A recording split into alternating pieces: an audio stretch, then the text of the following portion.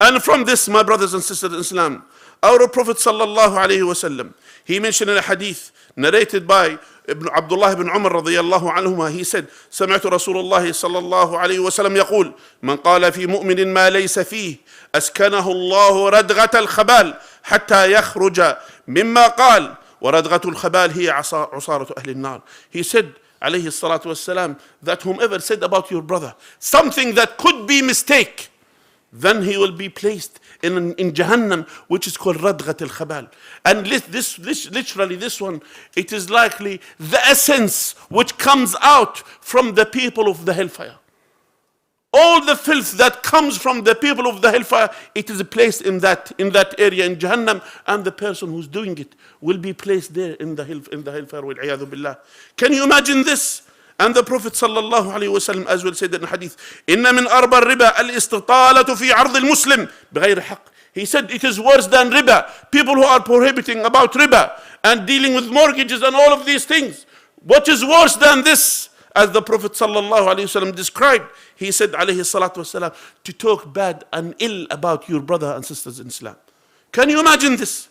And on top of this, my brothers and sisters in Islam, this is like a harm to your brother and sister in Islam when you are indulging in these matters. And Allah stated in the Quran, وَالَّذِينَ يُؤْذُونَ الْمُؤْمِنِينَ وَالْمُؤْمِنَاتِ بِغَيْرِ مَا اكْتَسَبُوا فَقَدْ احْتَمَلُوا بُهْتَانًا وَإِثْمًا مُبِينًا. Whomever harms the believer, the men and the women, things that they did not earn, then they are earning something which is a buhtan, something and a transgression on the day of judgment, and a great sin in the sight of Allah Azza wa Jal.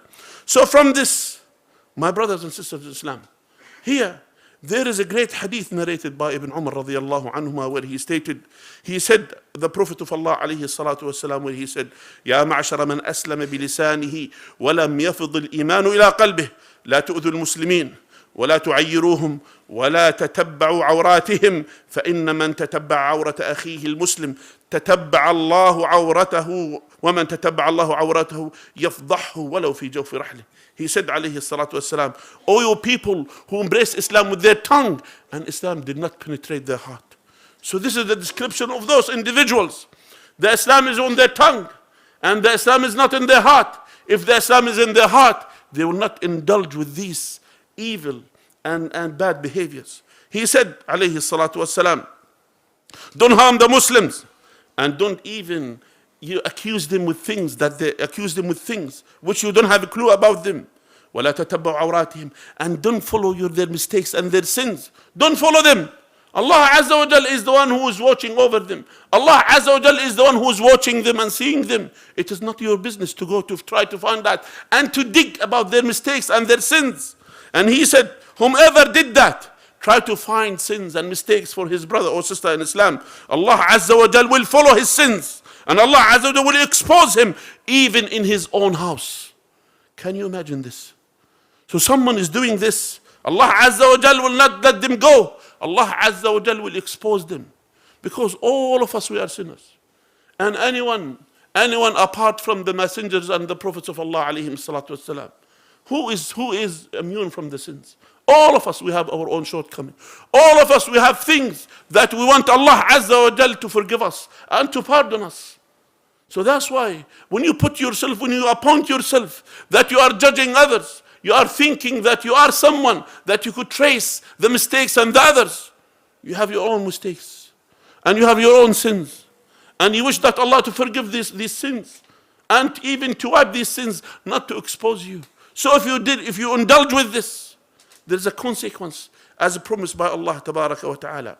So from this, my brothers and sisters in Islam, our Prophet sallallahu alaihi wasallam, he said the description of the Muslims. All of us, we are proud to have the title of the Muslim.